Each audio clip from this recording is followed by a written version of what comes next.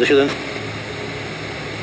is genuinely quite difficult to describe just how cold this cold feels. I think you can imagine what temperatures of this degrees might feel like until you actually get here, and it really is different to what you feel like you could have imagined.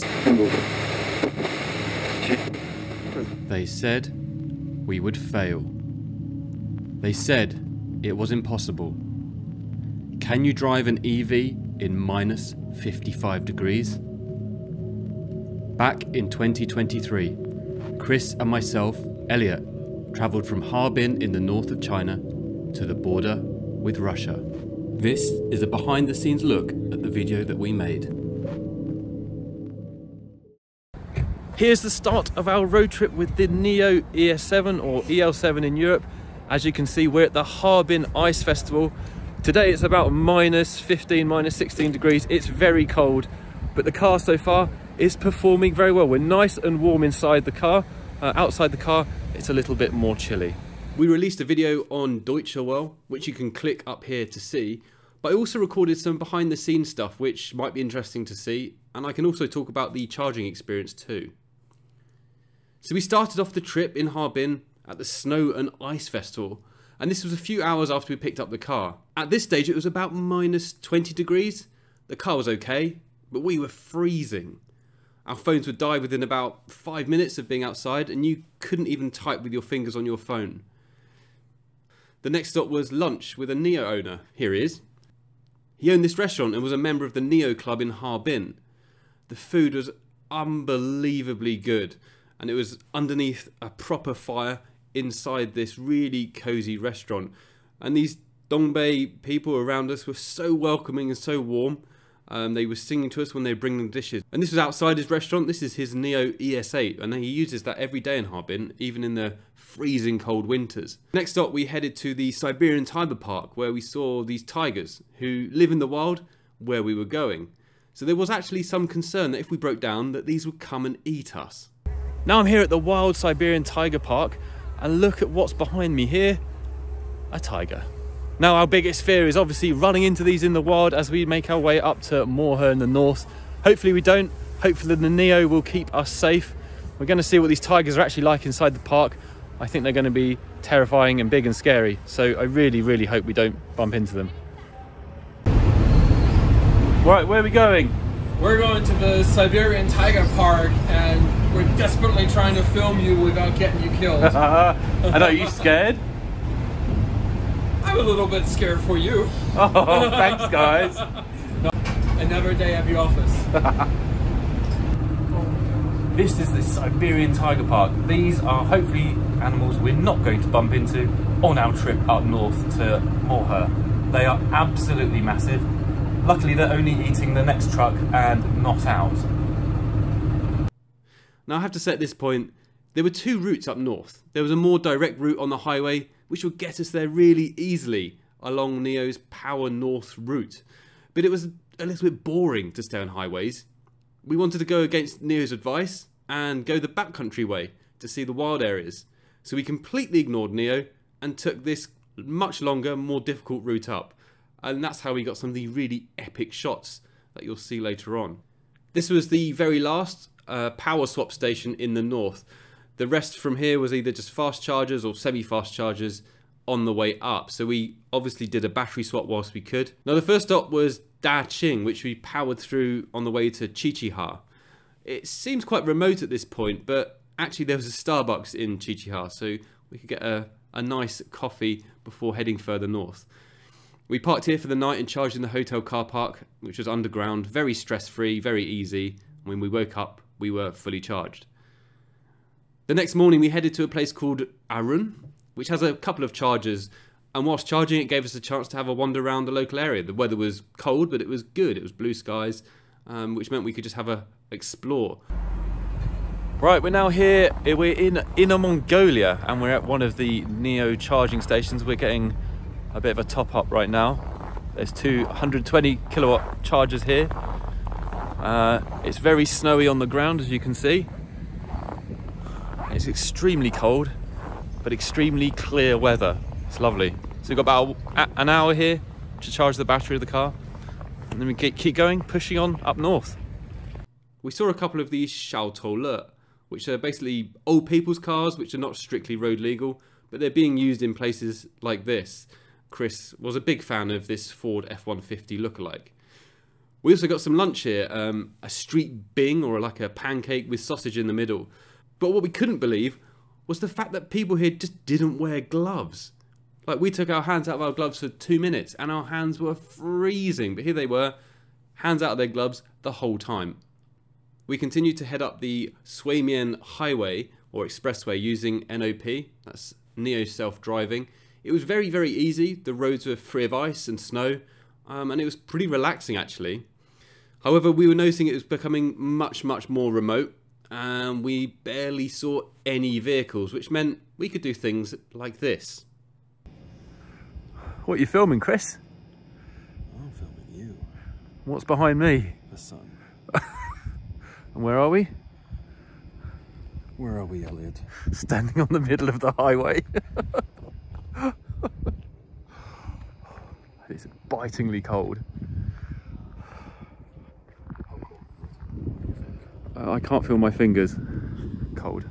The sunset was around 5 PM and we didn't really want to drive too much in the ice and snow in the dark.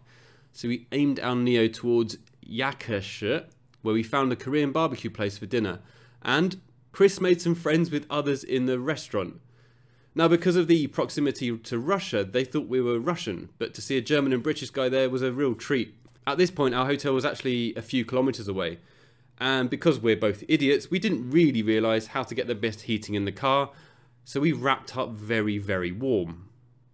Now, at this point, it was dark, but we saw the train line next to us, and this was awesome because we saw this train coming past, its horn going silently in the night. It made for a really nice moment in the actual video itself and kind of set the scene for the next few days. We eventually made it to Hailar that evening, which was actually the next charging stop, and again, a pretty easy charge overnight. However, we needed to charge the car outside. There was no inside car park here, and it was -30 at night. Not a problem for the car, but it did take a little longer, about twice as long. So when it's this cold, the battery charging almost takes twice as long to charge up, and your battery lasts about half the amount of time, half the amount of range. Now, this was basically the turn where we would start going on the wild roads, which were ill-advised by NIO, and that's where we'd start to head north for a while, and things got very remote and very wild here. I mean, check out some of these epic filming locations. So before we actually came up north, Chris identified this really cool area that we had to visit for some shots. It was very remote and snowy, but also it was epically cold because there was no protection from the wind. And as you can see, it's a bit of a struggle. And here we are in very, very, very remote, I don't know where we are, middle of nowhere. Just look at this. I can't even see, the sun's so bright. Ugh. It's freezing. But luckily, the car is a nice, comfortable 20 degrees. So I'm going to go back in there and warm up because I can't feel my fingers again. Look at this. Just stunning. It's important to mention here that Chris was using his camera without gloves, so he could control it, but that meant he could only do about 2 to 3 minutes of filming before he needed to warm up for 10 to 15 minutes in the car. It was actually probably one of the most challenging filming locations that he said he's ever been to. Here we are in an extremely cold location by some, I can't feel my fingers, but it's beautiful, but it's -27. Yep. Oh, fingers are too cold. Are you happy? This is the spot. This is where we're gonna film your car review. Awesome, look at it. I mean, we have a beautiful new car and ancient architecture behind it. What a great mixture. What a great contrast. This is fab, isn't it? Yeah, absolutely. Here we went further north, up past a place called Old Barag, until we got to another place called Erguna. The problem with this stop was that it only has two 20 kilowatt chargers, which when you're charging in this really cold environment meant it took about 6 hours of charging to get us to the next charger, which was quite a long time. However, there was a guy who looked after the chargers who lived nearby, and he had this little wooden hut, and he gave us a seat and a cup of tea in his hut, warmed up by the coals, and we quickly began to defrost. We eventually made it to a place called Gunhe at about midnight, and so this was a lot of night driving. It was a bit dicey, but there was a real challenge getting to the charger. It was snowed in, there'd been a snowstorm from the previous week, which meant it was quite difficult to actually access the charger. And then when we got there, we plugged in and it didn't work. So what it turns out, the charging gun actually needed to be heated up. It was about -35 at this point.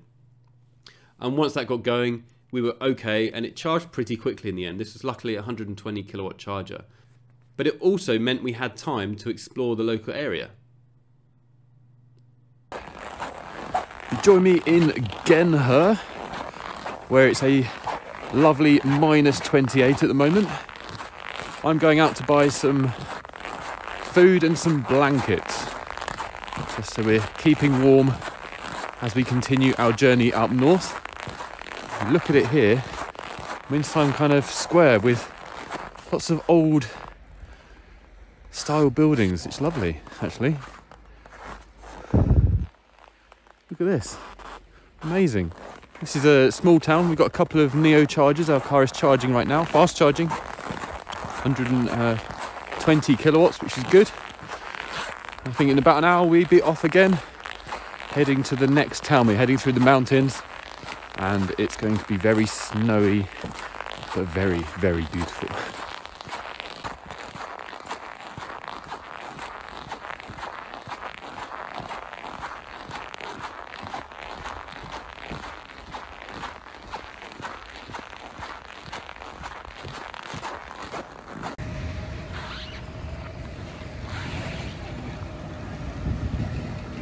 Now the next stop was a place called Koihe-jun, a tiny town with just a few houses, but probably the best food we had on the trip. And again, super friendly people.